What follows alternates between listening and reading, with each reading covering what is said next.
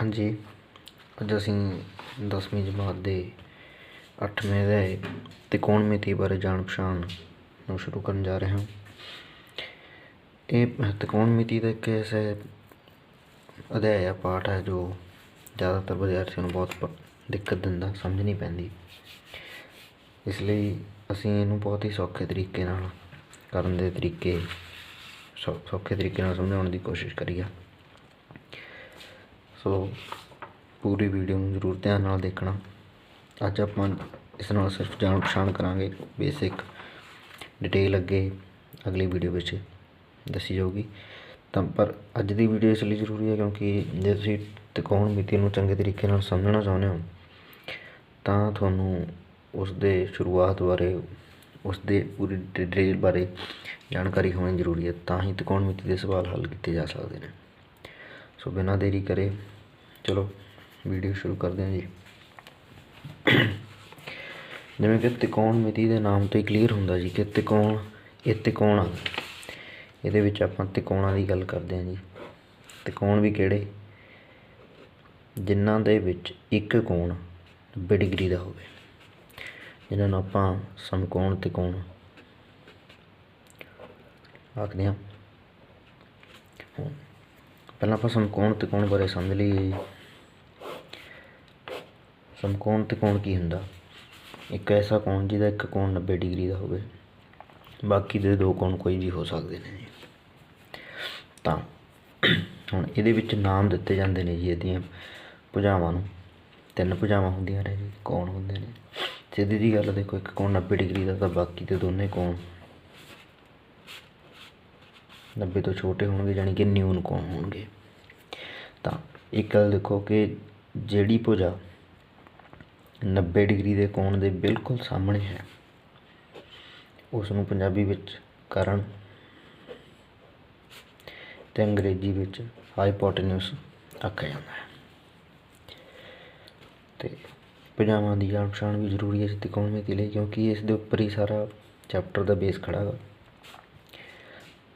ਤਾਂ ਅੱਗੇ ਹੈਗੀਆਂ ਬਾਕੀ ਦੀਆਂ 2 ਭੁਜਾਵਾਂ। ਕਰਨ ਹੋ ਗਈ ਜੀ, ਬਾਕੀ ਦੀਆਂ 2 ਭੁਜਾਵਾਂ ਨੇ। ਉਹਨਾਂ ਵਿੱਚੋਂ ਇੱਕ ਭੁਜਾ ਹੁੰਦੀ ਹੈ ਆਧਾਰ ਜਾਂ ਬੇਸ, ਦੂਸਰੀ ਹੁੰਦੀ ਹੈ ਲੰਬ, ਸ਼ਿਖਰ ਲੰਬ ਨਾਮ ਕਈ ਲਏ ਜਾ ਸਕਦੇ ਨੇ ਇਹਦੇ। ਅੰਗਰੇਜ਼ੀ ਵਿੱਚ ਇਸ ਨੂੰ ਪਰਪੈਂਡੀਕੂਲਰ ਆਖਿਆ ਜਾਂਦਾ ਜੀ।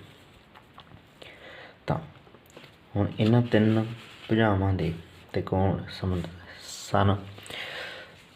ਸਮਕੋਣ ਤਿਕੋਣ ਦੀਆਂ 3 ਭੁਜਾਵਾਂ ਹੋ ਗਈਆਂ ਜੀ।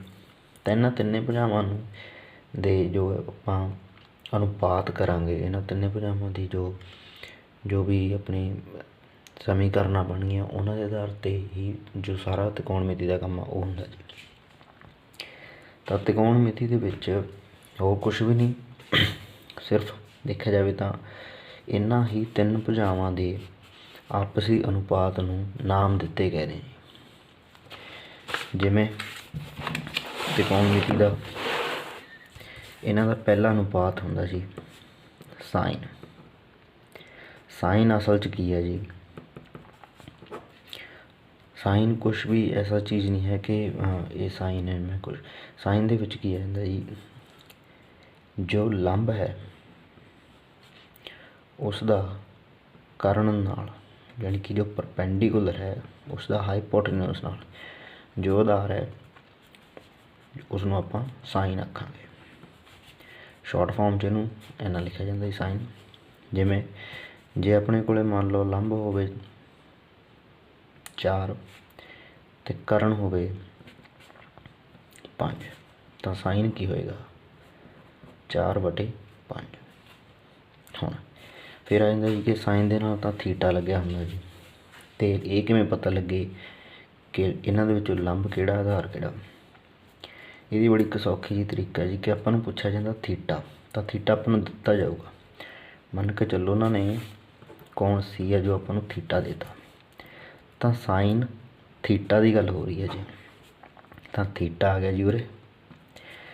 ਤਾਂ ਜੋ ਥੀਟਾ ਦੇ ਸਾਹਮਣੇ ਵਾਲੀ ਭੁਜਾ ਹੋਊਗੀ, ਦੇਖੋ 90 ਦੇ ਸਾਹਮਣੇ ਵਾਲੀ ਕਰਨ ਹੋ ਗਈ, ਤਾਂ ਥੀਟਾ ਦੇ ਸਾਹਮਣੇ ਵਾਲੀ ਭੁਜਾ ਨੂੰ ਹਮੇਸ਼ਾ ਲੰਬ ਕਿਹਾ ਜਾਂਦਾ, ਚਾਹੇ ਥੀਟਾ ਇਹ ਹੋਵੇ ਚਾਹੇ ਥੀਟਾ ਇਹ ਹੋਵੇ। ਹੁਣ ਇੱਥੇ ਥੀਟਾ ਇਹ ਆ ਤਾਂ ਲੰਬ ਕੀ ਹੋ ਜਾਊਗਾ ਜੀ, ਤਾਂ ਸਾਈਨ ਥੀਟਾ ਦਾ ਫਾਰਮੂਲਾ ਹਮੇਸ਼ਾ, ਸਾਈਨ ਦਾ ਫਾਰਮੂਲਾ ਲੰਬ ਬਟੇ ਕਰਨ ਹੀ ਰਹੂ। ਸਾਈਨ ਥੀਟਾ ਦਾ ਹੈਗਾ ਲੰਬ ਬਟੇ ਕਰਨ। ਹੁਣ ਇੱਥੇ ਥੀਟਾ ਇਹ ਆ ਤਾਂ ਲੰਬ ਕੀ ਹੋ ਜਾਊਗਾ ਜੀ, ਇਹ ਵੀ। ਕਰਨ ਕੀ ਹੋ ਜਾਊਗਾ, ਇਹ ਸੀ। ਮੇਰੇ ਖਿਆਲ ਨਾਲ ਤੁਹਾਨੂੰ ਸਮਝ ਲੱਗ ਗਿਆ ਹੋਊ। ਤਾਂ ਆਪਾਂ ਅੱਗੇ ਚੱਲਦੇ ਹਾਂ। ਦੂਸਰਾ ਆ ਗਿਆ ਜੀ ਕੋਸਾਈਨ। ਹੁਣ ਕੋਸਾਈਨ ਦੇ ਵਿੱਚ ਵੀ ਕੀ ਹੈ, ਦੇਖੋ ਲੰਬ ਨਾਲ ਕਰਨ ਦਾ ਅਨੁਪਾਤ ਆਪਾਂ ਕਰ ਲਿਆ ਕਿ ਲੰਬ ਕਰਨ ਨਾਲ ਭਾਗ ਦੇ ਵਿੱਚ ਰਿਲੇਸ਼ਨ ਬਣਾਉਂਦਾ ਗਾ। ਤਾਂ ਕੋਸਾਈਨ ਦੇ ਵਿੱਚ ਕੀ ਆ ਜਾਊਗਾ ਜੀ, ਜੇ ਆਪਾਂ ਥੀਟਾ ਦੀ ਹੀ ਗੱਲ ਕਰੀਏ, ਕਿਉਂਕਿ ਦੇਖੋ ਜਦ ਇਹ ਲੰਬ ਹੋ ਗਿਆ ਤਾਂ ਹੁਣ ਥੀਟਾ ਵਾਸਤੇ ਇਹ ਲੰਬ ਫਿਕਸ ਕਰ ਲੈਣਾ। ਇਹ ਲੰਬ ਹੋ ਗਿਆ ਤਾਂ ਇਹ ਆਧਾਰ ਚੱਲੂ ਕਦੋਂ, ਥੀਟਾ ਵੇਲੇ। ਤਾਂ ਕੋਸਾਈਨ ਦਾ ਫਾਰਮੂਲਾ ਕੀ ਹੁੰਦਾ ਜੀ, ਆਧਾਰ ਯਾਨੀ ਕਿ ਬੇਸ ਬਟੇ ਕਰਨ ਯਾਨੀ ਕਿ ਹਾਈਪੋਟਨਿਊਸ। ਤਾਂ ਹੁਣ ਕਿਉਂਕਿ ਆਪਾਂ ਨੇ ਇਹੀ ਚੀਜ਼ ਦਿੱਕਤ ਇੱਥੇ ਹੀ ਦਿੱਕਤ ਪੈਂਦੀ ਹੈ ਕਿ ਥੀਟਾ ਜਦੋਂ ਲੈ ਲਿਆ ਜੀ, ਥੀਟਾ ਲੈ ਲਿਆ, ਆਧਾਰ ਨਹੀਂ ਪਤਾ ਲੱਗਦਾ ਕਿਹੜਾ। ਤੁਸੀਂ ਥੀਟਾ ਵੇਲੇ ਕੀ ਕਰਨਾ, ਥੀਟਾ ਦੇ ਸਾਹਮਣੇ ਵਾਲੀ ਭੁਜਾ ਤੁਹਾਡੀ ਲੰਬ ਹੋਊਗੀ, ਤੁਹਾਡਾ ਪਰਪੈਂਡੀਕੂਲਰ ਹੋਊਗਾ। ਤਾਂ ਥੀਟਾ ਦੇ ਨਾਲ ਲੱਗਮੀ ਕਰਨ ਤੋਂ ਬਿਨਾਂ ਜਿਹੜੀ ਦੂਸਰੀ ਭੁਜਾ ਹੋਊਗੀ ਉਹ ਆਧਾਰ ਹੋ ਜਾਊਗਾ। ਤਾਂ ਹੁਣ ਇੱਥੇ ਆਧਾਰ ਕਿੰਨਾ ਆ ਜਾਊਗਾ ਜੀ, BC ਓਵਰ AC। ਤਾਂ ਤੁਹਾਡਾ ਕੋਸਾਈਨ ਆ ਗਿਆ ਜੀ। ਕੋਸਾਈਨ ਹੋ ਕੇ ਆਧਾਰ ਬਟੇ ਕਰਨ।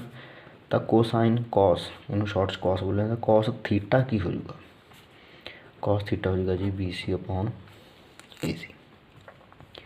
ਇਹਨਾਂ ਸਾਰੇ ਸਵਾਲਾਂ ਦੇ ਵਿੱਚ ਇਹ ਚੀਜ਼ ਗੱਲ ਯਾਦ ਰੱਖਣ ਵਾਲੀ ਆ ਕਿ ਥੀਟਾ ਦੀ ਪੋਜੀਸ਼ਨ ਆਪਾਂ ਜਦੋਂ ਇੱਕ ਕੋਣ ਵਾਸਤੇ ਲੰਬ ਅਤੇ ਆਧਾਰ ਦੀ ਕੋਈ ਪੋਜੀਸ਼ਨ ਫਿਕਸ ਹੋ ਜਾਏਗੀ। ਜੇ ਥੀਟਾ ਹੋ ਰਿਹਾ ਤਾਂ ਲੰਬ ਸਾਹਮਣੇ, ਆਧਾਰ ਨੀਚੇ। ਜੇ ਥੀਟਾ ਉਰੇ ਹੁੰਦਾ ਤਾਂ ਲੰਬ ਇੱਥੇ, ਆਧਾਰ ਇੱਥੇ ਹੋ ਜਾਂਦਾ। ਤਾਂ ਤੀਸਰਾ ਫਾਰਮੂਲਾ, ਜੋ ਤੀਸਰਾ ਪਾਰਟ ਆ, ਤੀਸਰਾ ਅਨੁਪਾਤ ਬੋਲਿਆ ਇਹਨੂੰ ਹੁੰਦਾ ਟੈਂਜੈਂਟ, ਜਾਂ ਇਹਨੂੰ ਸ਼ਾਰਟਸ ਲਿਖਦੇ ਹਾਂ ਟੈਨ, ਸਾਈਨ ਕੋਸ ਟੈਨ। ਠੀਕ ਹੈ ਜੀ।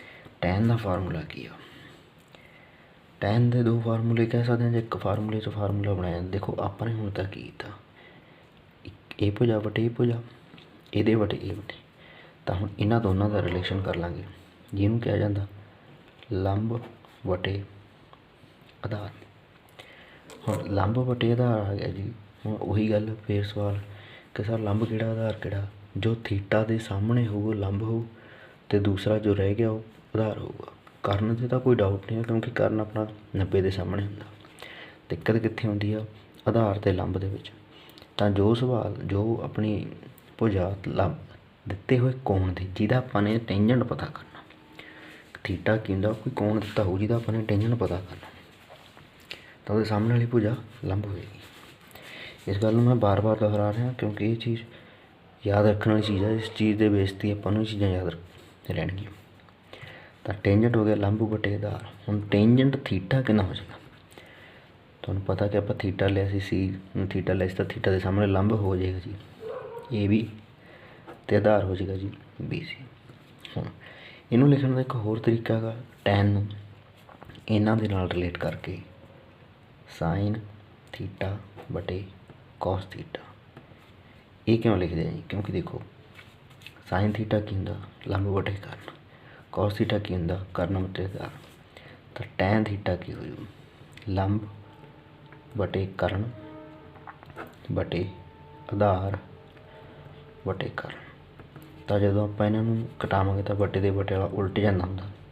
ਤਾਂ ਲੰਬ ਬਟੇ ਕਰਨ, ਇਹ ਜੋ ਬਟੇ ਸੀ ਇਹ ਗੁਣਾ ਬਣ ਗਿਆ, ਕਰਨ ਬਟੇ ਆਧਾਰ। ਤਾਂ ਕਰਨ ਨਾਲ ਕਰਨ ਕੱਟ ਕੇ ਲੰਬ ਬਟੇ ਆਧਾਰ ਆ ਗਿਆ। ਤਾਂ ਇਹ ਆਪਣਾ ਟੈਨ ਥੀਟਾ ਹੋ ਗਿਆ। ਇਹਨਾਂ ਦੀਆਂ ਐਪਲੀਕੇਸ਼ਨਸ ਅੱਗੇ ਆਪਾਂ ਜਦੋਂ ਸਵਾਲ ਕਰਾਂਗੇ ਉਹਦੇ ਵਿੱਚ ਡਿਟੇਲ ਦੇ ਵਿੱਚ ਸਮਝਾਈਆਂ ਜਾਣਗੀਆਂ। ਤਾਂ ਇਹ ਆਪਣਾ ਆ ਗਿਆ ਲੰਬ ਬਟੇ ਆਧਾਰ। ਤਿੰਨ ਪਾਰਟ ਹੋ ਗਏ ਜੀ ਟ੍ਰਿਗਨੋਮੈਟਰੀ ਦੇ।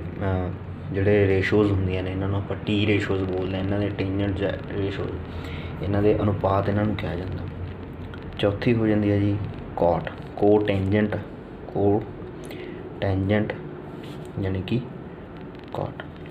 ਹੁਣ ਇਹ ਇੱਕ ਇਹਨਾਂ ਦੇ ਰੈਸੀਪ੍ਰੋਕਲ ਹੁੰਦੇ ਨੇ ਜੀ, ਵਿਲੋਮ ਹੁੰਦੇ ਨੇ ਇਹਨਾਂ ਦੇ। ਵਿਲੋਮ ਕਿਵੇਂ? ਜੋ cot ਹੈ ਉਹ 1/tan ਹੋਏਗਾ, ਯਾਨੀ ਕਿ ਜੇ tan ਕਿੰਨਾ ਸੀਗਾ 1 ਆਧਾਰ ਲੰਬ ਬਟੇ ਆਧਾਰ, ਤਾਂ ਬਟੇ ਦਾ ਬਟਾ ਉਲਟ ਜਾਂਦਾ ਹੁੰਦਾ ਤਾਂ ਇਹ ਹੋ ਜੂ ਆਧਾਰ ਬਟੇ ਲੰਬ, ਯਾਨੀ ਕਿ cot ਥੀਟਾ ਕਿੰਨਾ ਹੋ ਜਾਏਗਾ BC/AB। ਉਸੇ ਤਰੀਕੇ ਨਾਲ ਅਗਲਾ ਹੋਏਗਾ 5ਵਾਂ ਜੀ ਸੀਕੈਂਟ ਥੀਟਾ। ਸੀਕੈਂਟ ਨੂੰ ਸੀਕੈਂਟ ਹੀ ਬੋਲਿਆ ਜਾਂਦਾ, ਤਾਂ ਸੀਕੈਂਟ ਹੋਏਗਾ cos ਦਾ ਉਲਟਾ, ਠੀਕ ਆ। ਸੀਕੈਂਟ cos ਦਾ ਉਲਟਾ ਹੋਏਗਾ ਤਾਂ cos ਕੀ ਹੈ ਜੀ, cos ਹੁੰਦਾ ਦੇਖੋ ਲੰਬ ਬਟੇ ਆਧਾਰ, ਅਤੇ ਇਹ ਹੋ ਜਾਏਗਾ ਆਧਾਰ ਅਪੋਨ ਲੰਬ, ਯਾਨੀ ਕਿ ਬੇਸ ਅਪੋਨ ਹਾਈਪੋਟਨਸ। ਯਾਦ ਰੱਖਣਾ ਕਿ ਜੋ ਥੀਟੇ ਵੇਲੇ ਲੰਬ ਲਿਆ ਸੀ ਉਹੀ ਰੱਖਣਾ ਆਪਾਂ ਨੇ, ਉਹ ਚੀਜ਼ ਨਹੀਂ ਚੇਂਜ ਕਰਨੀ। ਉਸੇ ਤਰੀਕੇ ਨਾਲ 6ਵਾਂ ਆਪਾਂ ਹੁਣ ਕਰਦੇ ਹਾਂ ਜੀ ਕੋਸ ਸੀਕੈਂਟ ਥੀਟਾ। ਥੀਟਾ ਜਾਂ ਕੋਸੀਕੈਂਟ ਰੇਸ਼ੋ। ਕੋਸੀਕੈਂਟ ਹੁੰਦੀ ਹੈ ਜੀ ਸਾਈਨ ਦਾ ਰੈਸੀਪ੍ਰੋਕਲ ਜਾਂ ਵਿਲੋਮ ਹੁੰਦਾ, ਇਹਨੂੰ ਲਿਖ ਦਿੰਦੇ ਹਾਂ ਸਾਈਨ ਹੁੰਦਾ ਜੀ ਲੰਬ ਬਟੇ ਆਧਾਰ ਬਟੇ ਕਾਰਨ ਸੀ ਆਏ ਲੰਬ ਬਟੇ ਕਾਰਨ, ਤਾਂ ਕੋਸੀਕੈਂਟ ਕੀ ਹੋ ਜਾਏਗਾ ਕਾਰਨ ਬਟੇ ਲੰਬ, ਤਾਂ ਇਹ ਕੀ ਹੋ ਜਾਏਗਾ ਕੋਸੀਕੈਂਟ ਥੀਟਾ ਕੀ ਹੋ ਜਾਏਗਾ AC/AB। ਇਹ ਹੋ ਜਾਏਗਾ ਜੀ AB/BC। ਇਹ ਸਾਰੇ ਆ ਗਏ।